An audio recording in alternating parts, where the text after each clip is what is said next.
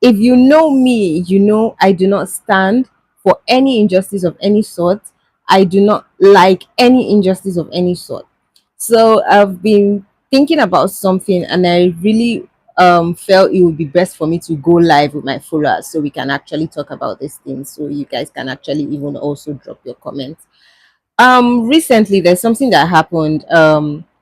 Senator Natasha was removed from a delegation list from the Senate to actually be a part of the Nigerian delegation to deliberate on matters concerning women.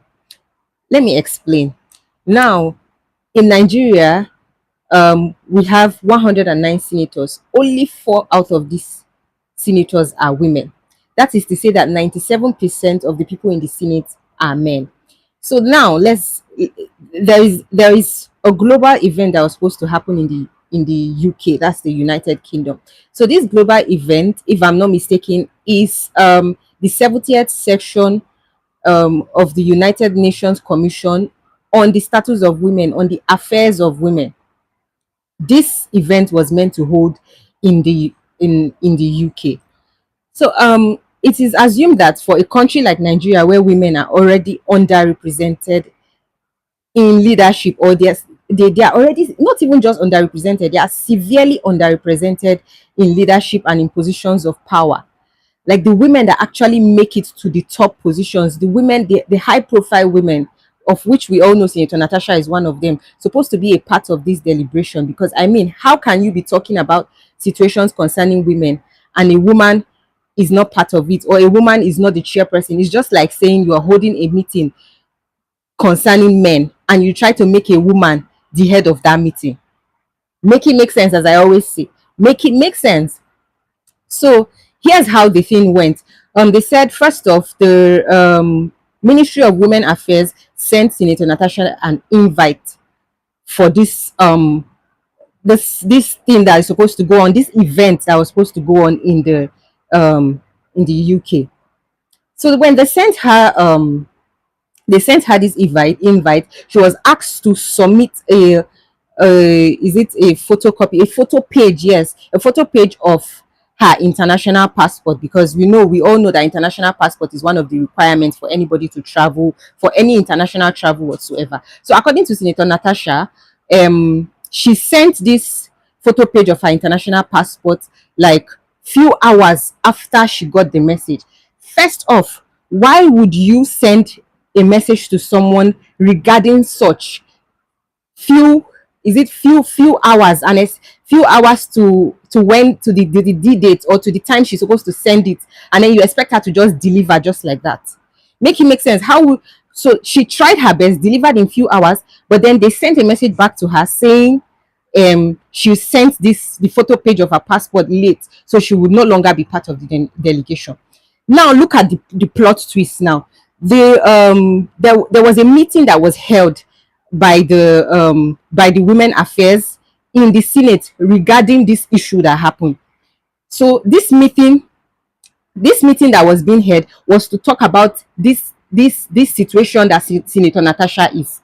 So now the woman there, a senator among them, which is the chairperson, if I'm not mistaken, her name is Senator Ireti. She said she denied outrightly that Senator Natasha was being removed from the delegation list, only for the official delegation list to come out, and it was discovered that Senator Natasha's name was removed out of this list. Can you imagine? This same woman, this same Senator Ireti, came back to confirm that the Senate president was the one that nominated two people to be a part of the delegation, to be a part of Nigeria's delegation. If I'm not mistaken, Senator Ireti and Senator Adeniyi. This same Senate president that maligned Senator Natasha, that she accused of sexual harassment and the likes, he nominated those two people. I can't imagine how in a country where women are underrepresented, a senator would be removed from from being a part of Nigeria's delegation. Then do you know what they came and said was the reason why they removed her? Allegedly, that they were scared that she was going to make a controversial statement about Nigeria. They were scared that she would make a controversial statement about Nigeria. This is the issue we have in Nigeria. Instead of fixing the situation, instead of fixing the what will tarnish the image of the country, we rather try to protect the image. Look at situations where crime rate has increased in this country now. There's increase in crime rate. Instead of tackling what is the causes of this, what caused this high rate of crime, you see them trying to protect the image of the country.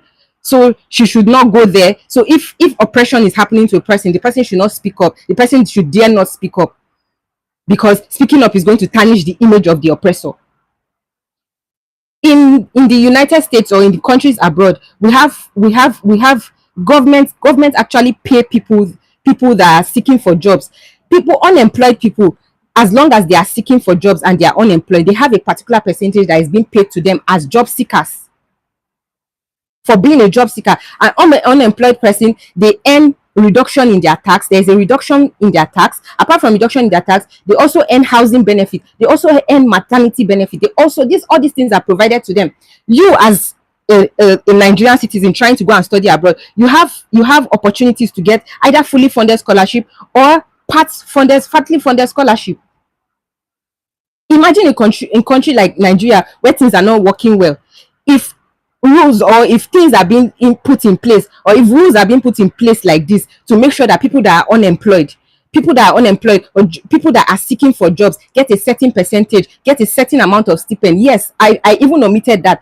Job seekers who are unemployed get an allowance from the government. There is an allowance that is being given to them so that they don't constitute a nuisance to the society. But in Nigeria, we're more concerned about protecting the image of the country rather than what is actually causing the failures in the country, what is actually causing the issue. Like now, there's an issue of hunger in the masses. The masses are facing starvation in the midst of plenty. Not that we don't have these resources enough, but they have refused to distribute them to people that need them. And then you when they know that this particular person is an activist, that this person has a voice, they do not want this person to be at the forefront, because if she's at the forefront, she's going to say something controversial about the country. Make it make sense, as I always say. Make it make sense. It is when a woman comes to speak up about harassment, or comes to speak about malignment, or comes to speak about injustice that is being done to her, somebody will come up and say she's overreacting. Is that what we are talking about at the moment? It is when you bring up an issue of what was done. Let me not even say done to a woman. What was done to a person? Let's even be neutral about this now. Something happened to this person. This person was murdered at an is it I don't even know which word to use right now. This person was murdered at a place. We are talking about the issue. Somebody will bring up the fact that the person was not supposed to be there at that particular time. Is that supposed to be what we are supposed to be looking at? Is that how we are going to move forward as a country in Nigeria, as Nigeria, as Nigerians, I mean? Is that what we are supposed to be focused on? So it is just so obvious that these things were perpetrated against Senator Natasha just to remove her from being a part of Nigerian delegation, because they know she has a voice and she always uses her voice.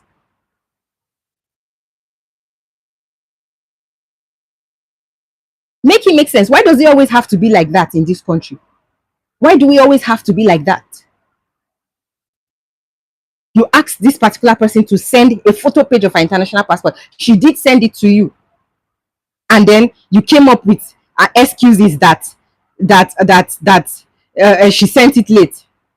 I even missed a part where they said if she really wants to go for the global event, that event that I'm talking about that's supposed to happen in the UK, she should sponsor herself for something that the Senate was supposed to disburse funds for.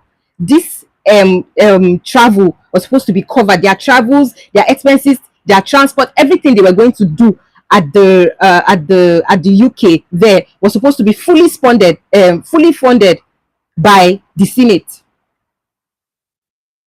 So Senator Ireti said if Natasha really wants to go for the said event, she should sponsor herself.